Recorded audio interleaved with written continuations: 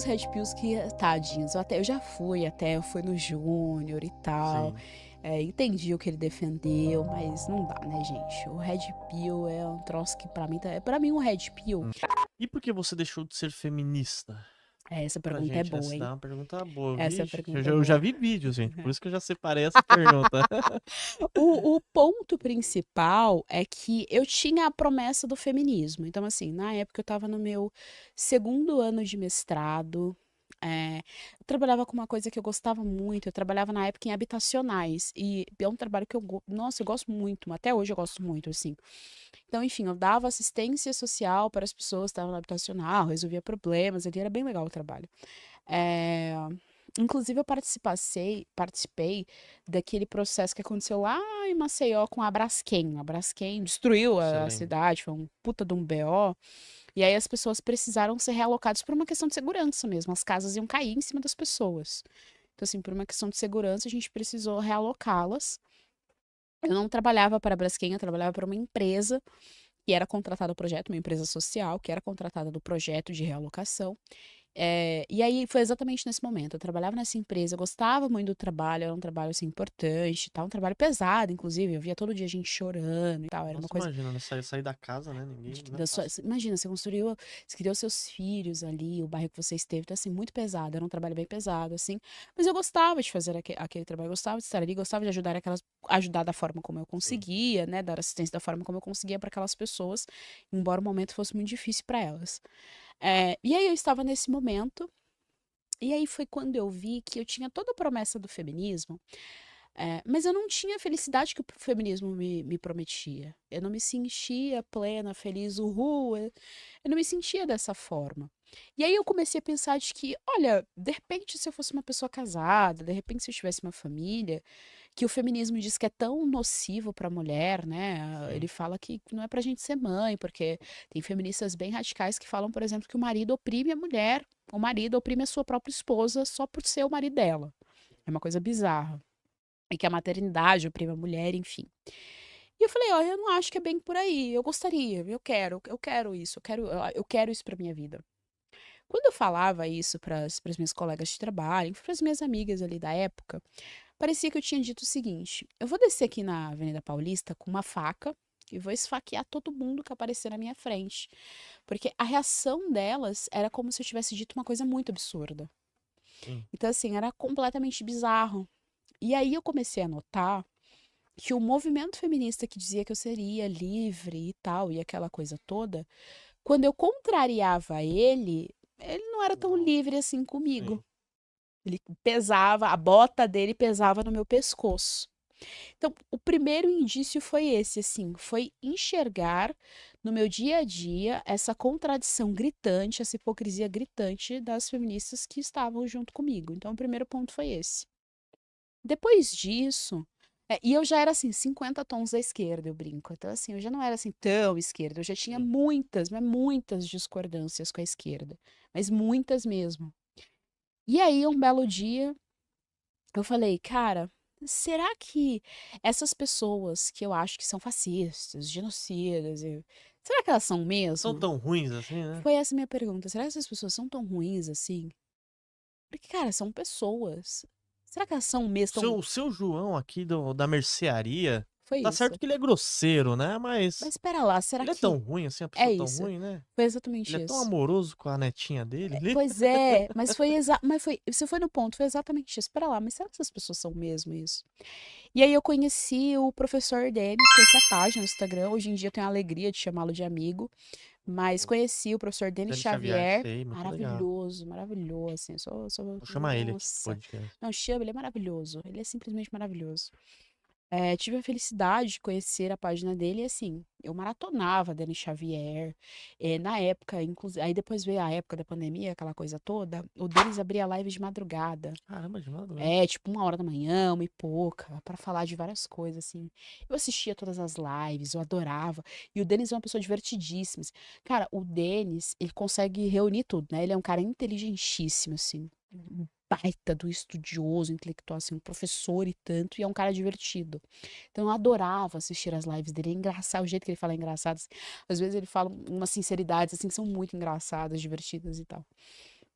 E aí eu comecei a ver aquilo, a consumir aquilo. E aí eu cheguei à conclusão de que, na verdade, a fascista era eu.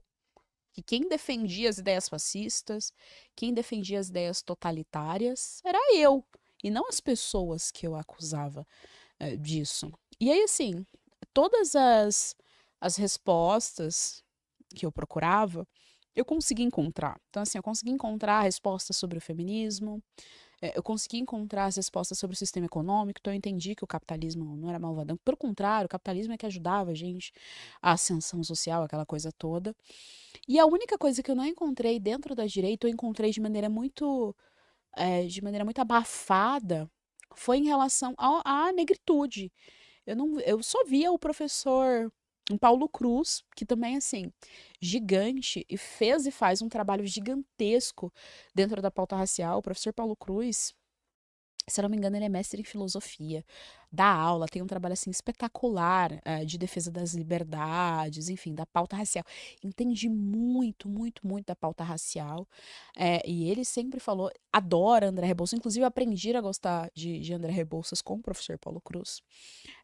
E assim, eu via só o professor falando e mais ninguém falando a respeito das pautas raciais. E aí foi quando eu comecei também a produzir conteúdo e tal, nesse sentido. Mas o pulo foi esse, o pulo foi sentir na pele que aquele movimento que dizia defender a minha liberdade, na verdade cerceava a minha liberdade toda vez que eu contrariava as ideias do movimento. Então nunca foi pela Tipo assim, liberdade. quando você falava, você apontava algum erro ou alguma discordância, você fala, calma aí, tem que ser pros dois lados. O que o movimento Cara, falava? você sabe que eu sempre peguei muita briga com a esquerda, mesmo quando eu era esquerda, mas muita briga. As minhas amigas íntimas, eu tive a graça de conhecer as minhas duas melhores amigas na universidade, e nós passamos pelo processo todo. Nós éramos marxistas, e depois nós nos convertemos ao catolicismo, somos católicas hoje em dia. E elas sabem disso. Eu pegava muito, mas muita briga das coisas, de tudo que você pode imaginar. Eu era muito, cara, eu era Dá um muito. exemplo aí pra Eu era gente. muito treteira, mas muito treteira, mas muito, muito, muito treteira. De coisas simples, por exemplo. É, nós pagávamos uma disciplina muito chata, por sinal, que tinha alguma coisa de sustentabilidade, tal. Puta disciplina chata do cacete. E aí a gente pagava com outras turmas e tal. Quando a gente foi fazer a bendita disciplina, o pobre do professor, eu acho até que esse professor morreu depois, tadinho. Mas o pobre do professor teve um câncer no cérebro, tadinho. E ele teve que se afastar. Então a disciplina ficou aberta. Então, o que que eles fizeram? Eles fizeram até uma coisa bonita, né? O professor se afastou para não fechar a disciplina. Os outros professores colegas dele Deram as aulas. davam as aulas. Então, a gente tinha uma aula com um professor por semana. Sim, É óbvio que isso ia dar merda, a gente faltava pra certeza, né? cacete. Ninguém quer ir, né? Já sabe Você acha? a Claro que jogada, não. né? A gente faltava assim de maneira absurda. Porque a disciplina era chata, a gente não tava a fim de assistir a disciplina. E não tinha um professor fixo. Então, assim, você não consegue ter uma continuidade. É muito difícil Sim, muito. você ter uma continuidade, assim. Porque o professor chega e fala, semana passada vocês viram isso, né? E tá, não sei o quê. Mas, assim, não foi ele que deu, Não enfim. fica legal, né? É uma complicação danada. Mas não era nem culpa deles, coitado. Tava ajudando o pobre do outro professor, não é esse o Sim. ponto. Que foi aí que começou a briga. Gente, eu reconhecia. E, tipo, não, vai para lá. A responsabilidade é minha. Fui eu que não fui pra aula. É, uma amiga, na época, junto com outro rapaz ali da turma, começaram a defender uma tese de que a falta era algo subjetivo. Eu falei, mas Nossa.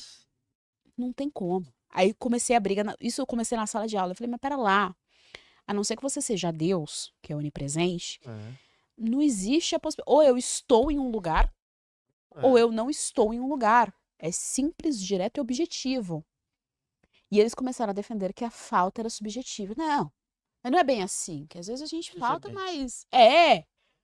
E aí eu falei, gente, vocês estão loucos? Eles querem, né, distorcer a A realidade. realidade. Então, assim, eu sempre tive esses rompantes. Embora eu fosse marxista na época e tal, eu era muito mais pelas ideias dos livros do É. que do que a realidade que me cercava. Porque existiu vários momentos em que eu olhava para os meus colegas e eu achava a galera muito louca, assim, tipo, meu, o que que vocês estão falando? Não tem nada a ver isso.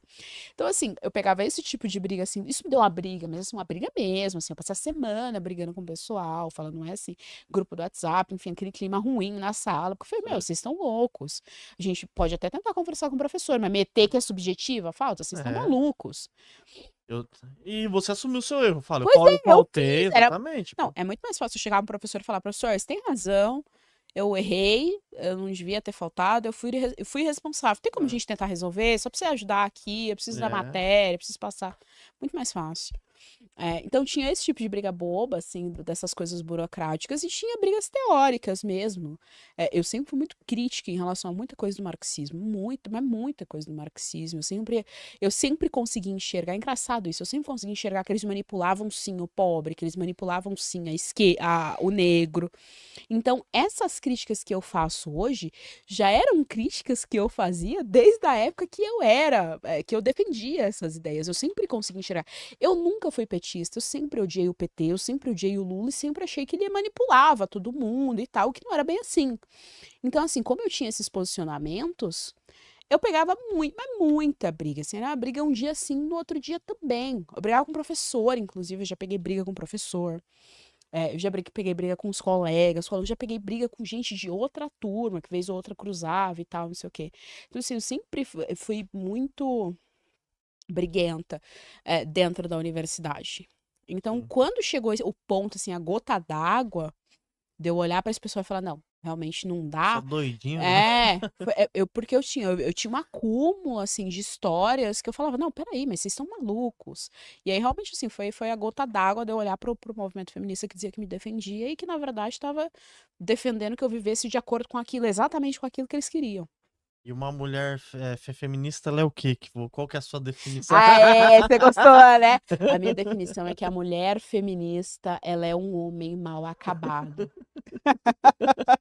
Mas é verdade, você pega assim, é porque assim, é, o movimento feminista, ele tem uma característica, primeiro, de pegar vícios masculinos, colocar na mulher e chamá-los de virtudes. Hum. Então, um bom exemplo disso é a libertinagem masculina.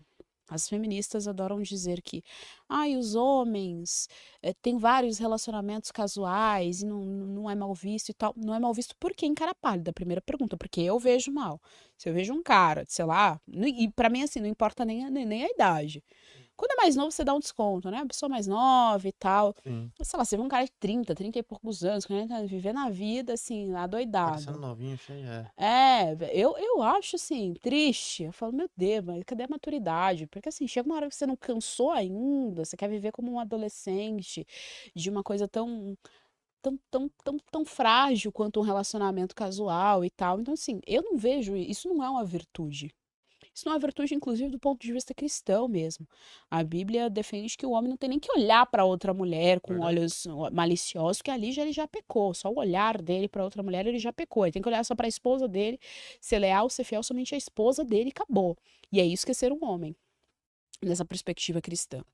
Então, as feministas, elas falam que não, que a sociedade passa a mão na cabeça dos homens, o que eu não acho que seja verdade. Acho que deve ter aí a parte que acha Sim. que é o garanhão e tal, mas não acho que isso seja 100% verdade. E aí elas pegam essa ideia e transportam para o mundo feminino.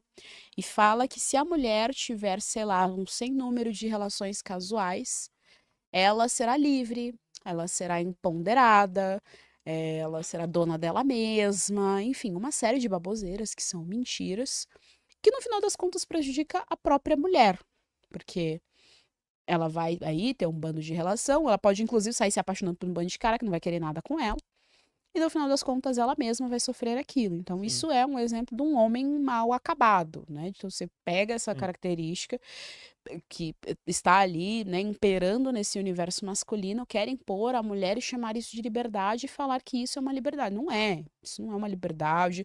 Isso não traz nenhum benefício à mulher, nem a curto, nem a longo prazo, enfim. Não faz o menor sentido isso. Por isso que eu costumo sempre chamar de homem mal acabado. E esse movimento que surgiu, os Red Pill, Ah, eles não Que são. vai surgir. Eles não são os meus amigos também, não. Cara, tá. Tem uns Red Pills que, tadinhos. Eu já fui até, eu fui no Júnior e tal. Sim. Entendi o que ele defendeu, mas não dá, né, gente? O Red Pill é um troço que pra mim, para mim o Red Pill, Hum. ele é o movimento feminista dos homens. Eles são os feministas, assim, é a versão masculina do movimento feminista. As feministas, ela atribui ao homem todo e qualquer problema, né? Todo e qualquer mazela, ela vai dizer que é do homem. O movimento Red Pill faz o contrário. Ele atribui todo e qualquer problema à mulher. E Sim. aí o problema toda a sociedade é a mulher. Os dois estão errados no final das contas. Existem homens bons, existem mulheres boas, existem homens ruins, existem mulheres ruins, existem homens muito, muito ruins e existem mulheres muito, muito ruins, assim. A bondade, a ruindade, a maldade, elas são fatores que não vão ter como crivo se você é homem ou mulher, enfim. Ele pode se manifestar em qualquer sexo. Então, assim, pra mim, ainda que. E assim, o movimento Red Pill levanta alguns pontos que são verdadeiros, assim como o movimento feminista levanta alguns pontos que são verdadeiros. O fato de você levantar alguns pontos que são verdadeiros não significa que o seu movimento como um todo possui algum tipo de legitimidade ou credibilidade. Por isso que, pra mim, não rola, não dá. Os Red Pills. Vou ficar Eu bravo. fico vendo bastante. Eu fico vendo bastante Ah, deles, né? é? É dos dois, né? Dos dois jeitos. Eu sempre acabo acompanhando, né? Bastante o que tá acontecendo na internet, né? Uns falam Eles de vão um ficar lado, bravos outros falam de comigo outro. agora. Depois eles pegam o corte, é bom, né? É, eles pegam Eles são os corte. feministas. Vou com a foto Isso, do eles vão. Júnior, Isso! do Saldanha, que eu vejo também. Deixa eu ver, deve ter outro Cara, tem Red um Pill. outro. Tem um que é um rapaz negro também de óculos. Puxa vida, eu me esqueci o nome dele, bem Ah, magrinho. sedutor afro, alguma É, coisa eu acho que é um assim. negócio É. assim. Ele também sempre aparece lá no feed e tal, o negócio dele. Não, Mas eu enfim. gosto do Saldanha porque ele é engraçado. Ele pega e fala assim: Eu acho que eu não sei quem que é o Saldanha é um Saldanha. careca, assim, senhor Saldanha. Ele no Eu Instagram. acho que eu já Que ouvi. ele fala: você não é homem, você não é homem, né? Eu É acho, fortão. eu acho que ele uma vez pegou uma treta com Rasta, não sei, não lembro. Eu acho, né? Não, ele é cheio das tretas, só fica acompanhando ali, dando risada dele, né? E temos polêmica aqui ainda, hein? Ah, Galera que tá é? acompanhando a gente, que deixa seu like, se inscreve no canal. Tubarões, se vocês quiserem ver cotação de ações, de fundos imobiliários, de BDRs, ETFs, criptomoedas, você consegue ver através do site do Investidor 10, a plataforma completa. Tem diversos rankings também, maiores lucros, maiores ROIs, empresas que pagaram mais dividendos nos últimos 12 meses. É uma plataforma completa e você consegue gerenciar sua carteira. O QR Code tá aqui na tela, aqui, só você acessar ou no link da descrição aqui do vídeo também.